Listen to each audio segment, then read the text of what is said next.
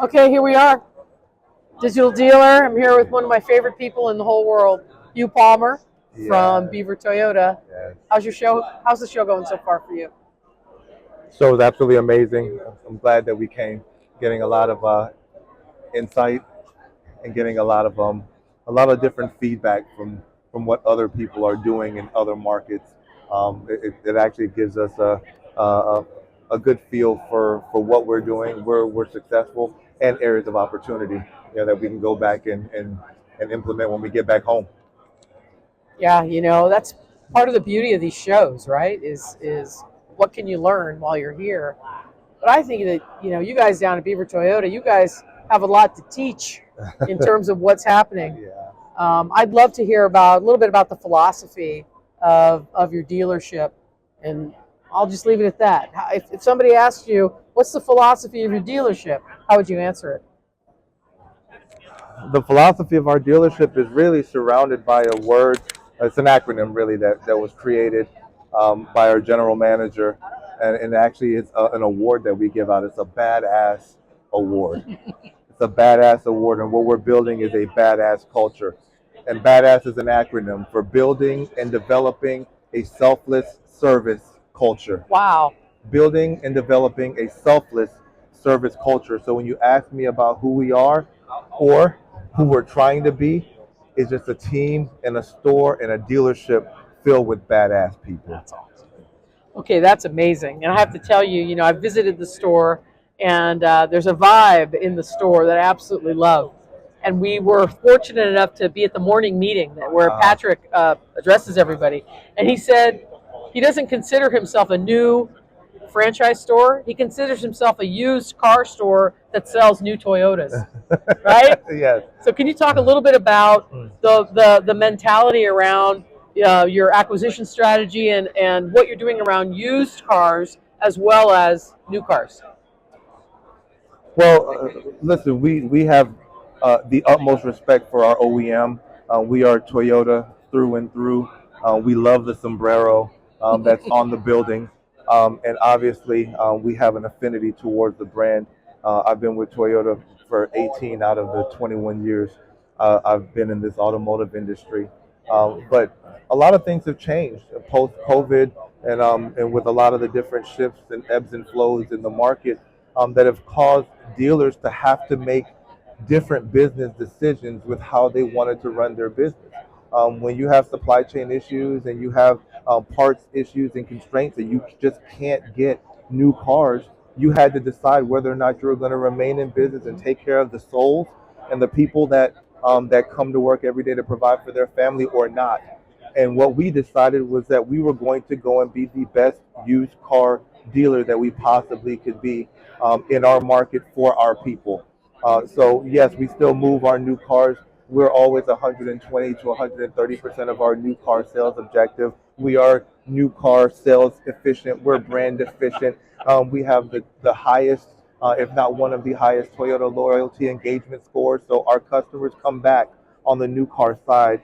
But yes, to his point, we are a used car dealership that just happens to do very well selling Toyotas.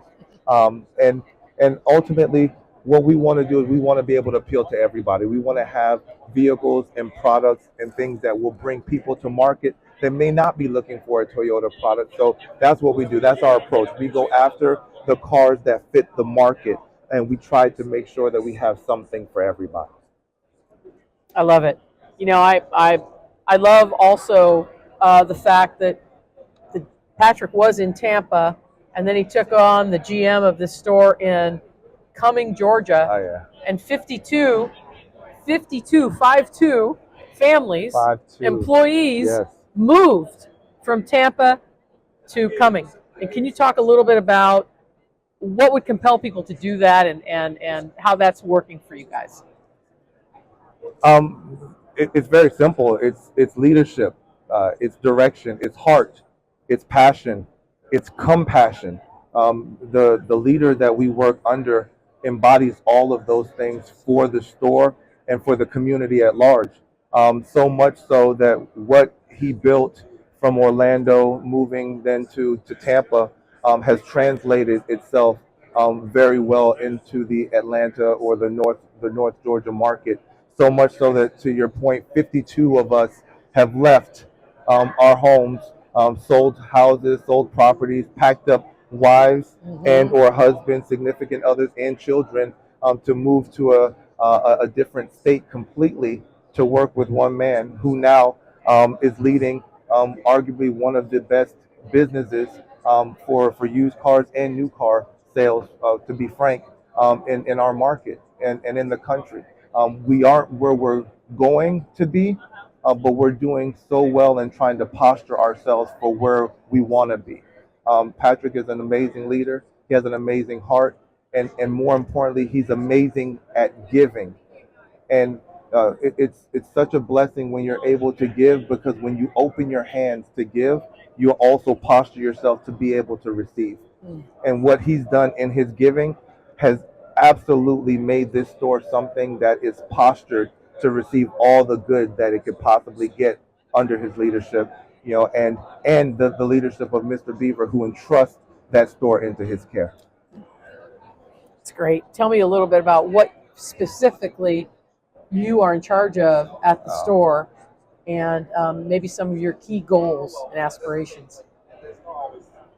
Well, I'm not in charge of much. I mean, just about 500 or 600 used cars A month. per month. That translates into about 350 to 425 pre-owned sales per month, and an inventory that's 97% certified, because we certify all of our makes and models to the standard of Toyota certified used vehicles. So they all get 160 multi-point inspection, and they all have a certification up to 185,000 miles. They'll give every customer a 12-month, 12,000 mile warranty. So we have an absolute, like, airtight value proposition to give people a reason to want to buy cars from us. But my responsibility is really just to allow people to execute at the highest level at the responsibilities that they have, and to help them be the best version of themselves every day in the job that they come to work to do, period. And I get a chance to watch people grow. I get a chance to watch them develop. I get a chance to learn from them and hopefully impart some knowledge on them as well. And ultimately, whether it's buying cars, servicing cars, putting them through reconditioning, or just posturing ourselves to make sure that we're taking them on trade, or bringing them in from the service department, or giving everybody in the dealership work to be able to provide for themselves and their family. Detail, collision center, the mechanical shop. My job is just to be a conduit between all the departments in the store and the commodity that we sell, which are our used cars. Wow, I'm just always blown away when I talk to you. I always feel like I learned so much, and you're just a great human. I really do appreciate That you. means a lot. Thank you. It sounds like you guys have got the people part of this business, really dialed in. And people a lot talk about, well, you have people, process, and technology. Right. Can you talk a little bit about some of the key processes that you guys are using, and maybe some of the key technology that when you put the triad together, it all works in unison? Well, I'll piggyback off of something that Patrick says all the time. If you could imagine a triangle for a second, that has three angles and three sides. They're not always even or equal, even though we try to grow them that way. But you have people, which is a part of that triangle. You obviously have merchandising and marketing, which involves dollars that have to be spent, and then you have inventory. You have to be able to have something for those people to sell, and something that you're advertising towards or to sell. And our goal is to make sure that all angles on that triangle grows at an even pace, because in the very center of that triangle, when it grows evenly, are the dollars that we desire for our business, an honest and ethical profit. We want to sell every car that we can to everyone that gives us an opportunity, because they've extended to us, the grace of being able to work for them and on their behalf. And we don't take it lightly that someone gives us an opportunity to be able to earn their business and for them to spend their dollars that they've worked hard and pay taxes on with us. All right. So we do things that are a little different to be able to deliver that type of experience. Every morning we come in, we do a trade walk. If a vehicle has been traded in or has been acquired the day before, we stage it so that every one of the associates that's going to be responsible for selling that car knows what we have in inventory. We walk the car and we look at all of our resources and our tools to position it in the market where we know it's going to be priced equitably for the store and fairly for our customers. And not only do we set up the reconditioning that needs to be done, or the things that we our associates deem may be necessary, but we allow our sales associates to price those cars because now they take ownership. It's their inventory. They set the standard, they set the price, and it's going to be very easy for them to communicate that to their clients. In order to do that, we have to deploy technology that allows us to be able to be accurate when giving them the information that's going to allow them to price these cars based on the market. And what we've been using, we made the switch in our vehicle maintenance tool, in our inventory management tool, to one that we were using in our vehicle buying center previously.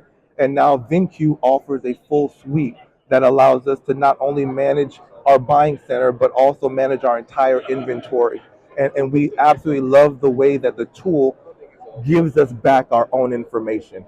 It serves the information on the vehicles that we have in our market and the vehicles that we have in our inventory to us in a way that allows us to make very, very sound decisions with how we're going to posture them to be sold. There's one other tool that we have that we really like that integrates very well into VinQ, and it's Lot Pop. Lot Pop allows us to basically match our cars or our vehicles with the leads on those cars. And too often we look at leads. We look at leads. We look at our CRM and we look and see what people have submitted leads on, and we forget that we have these cars, and most of the customers that are looking at our website just simply want to find a car that matches their needs.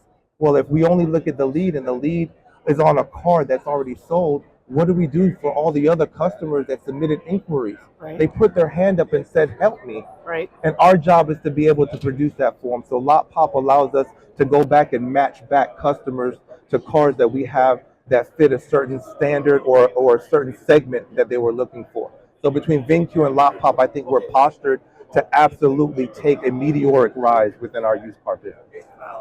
That's awesome. Can you talk a little bit about, you got to have cars in order to sell cars. Yeah. You got to buy cars and you got to have the inventory. Can you talk a little bit about the process that you guys use for your vehicle buying center? Well, you're going to meet him later. I think you have him on the docket to be able to interview him. He's a really, really, really dynamic young man. I won't tell you his age. You won't be able to guess it based on his maturity. But we have hired some very young, ingenious, and aggressive mindset and aggressive thinking individuals to lead our acquisition team. And they're not only aggressive and hungry in what they do, they come to us with no automotive experience, which was important for us. We didn't want anyone in a role to go and acquire cars that was jaded by what it takes to be able to sell that car, because that's not their role. We didn't want someone that was in sales buying cars, because ultimately, when you're responsible for selling a car, it changes the way that you look at what you need to do to be able to acquire said car. So we wanted to make sure that we created silos, because sometimes silos in a business aren't bad, especially when you're putting things in the appropriate place. So our acquisition team, they get numbers, they get data. They use information to go out and make sound buying decisions for the cars that we sell in our market that turn quickly, that have low model day supply, and then they get autonomy, which is what everyone wants. An ability to grow and an ability to make decisions for a business that you want to see thrive, but that you want to be able to put your imprint on. So, we give them all of the tools and all of the resources, and then we allow them to go out and to buy cars from our public, from our community, from people that are either local or all over the country, because I don't care where they get the car from. If I need it, they're tasked with the responsibility of finding it and then bringing it home. We need that car here. And then we also we try to do as little as possible at auctions, because ultimately we want to home grow our business and we want to be able to have a connection with the customers that are buying and selling. But our acquisition center takes a lot of our focus and a lot of our energy right now, because that's where we think that the greatest opportunity for growth is in our business, is acquiring the cars that are necessary to keep our business moving. You mentioned looking across the country Yeah. when you're looking at cars. Can you talk about the processes that you have built in terms of shipping cars or receiving cars? Because my thought was I always had to stay local when I was looking for a car, but nobody's stopping me from getting on the Beaver website and No, going and buying a car from you guys, not at all. even though I live in Kansas City and your dealership's in Georgia. Can you talk a little bit about that whole process of how you get something from point A to point B and you make it easy for the customer? Well, you may know them. I happen to know someone that lives in Kansas City as well, that drives a Toyota product, that may be interested in selling that may be interested in selling said Toyota product for another Toyota product. Oh, is that you? Oh, That's me. I'm sorry. I didn't know. I didn't mean to call you out. That's This is your okay. interview. I'm sorry. But no. Seriously, Angela, what a lot of people in the industry don't realize, or maybe we take for granted, is that just because we deploy dollars and we spend money in advertising to get our name out there, that it becomes somehow the consumer's obligation to find us. And that's just quite simply not the way that we want to look at it at Beaver. We put our brand on display, and we spend the money to give name brand awareness to who we are and what we're doing. And then we put the onus on ourselves to go and find you. And it doesn't matter where you are. If you put your hand up, or if we know that you're there, we're going to come and find you. Whether it's to sell you a car, or in this case, when we're talking about acquisition, if it's for us to come and get that car from you. Right. All right. We don't make it hard. I don't need to look at your vehicle. We do sight unseen appraisals all the time. All of our numbers are aggressive. We know that by and large, most people aren't bad. By and large, most people don't lie. By and large, most people are honest, especially about the vehicle that they're looking to sell. And by and large, most people take care of their possessions. So we treat everybody as if they're good, knowing that the people that are not are the exception, not the rule. And we take that information and we give at or slightly above market for their vehicle, so that we can acquire that car. And then if we have to go and get it, we're going to send someone to go and pick it up, and we're going to send the paperwork to you, and we're going to send you the check for your vehicle, or we'll send the check to the bank to pay it off. We make it so easy and so seamless, because buying or selling a car should not be arduous, and it shouldn't be hard. It should be a simple transaction between two people that have developed a relationship and a bond of trust. That word is absent in this business, and it's the goal of Beaver Toyota and some of our partners to bring trust back to the transaction. That's great. Wow, that's outstanding. Outstanding. All right, I will. I that was not the mic that dropped. I promise. I promise you, I'll have the conversation about getting somebody a new Toyota and trading in a Toyota, or maybe even, one of your amazing used cars. Well, if you know who I'm talking about, you just let her know that we're definitely willing to give her all the money for her car.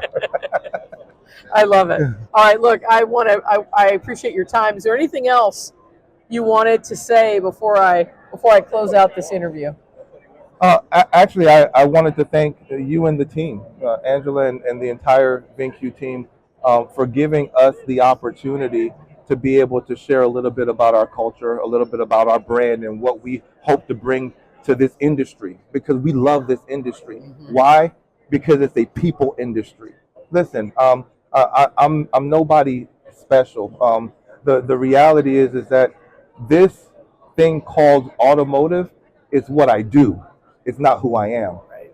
And what I love about the store that we have, and about the strategic partners that we have at every level within our dealership, and at every level within this business, is that who everyone is is so profound and is so character driven that it makes what we do fun and it makes what we bring to the market special. So that's what I wanted to leave, is that everyone should seek to leave something special, leave an indelible imprint on the people that you come in contact with as a result of what you do because of who you are. Well, you said one thing that I have to disagree with. You said you aren't special. You are special. You're special to me. Aww. You're special. You're special to me, and I'm blessed to know you and to work with you. And I want to thank you for taking the time to be interviewed today. Thank you. Thank you. Thank you. Give me love.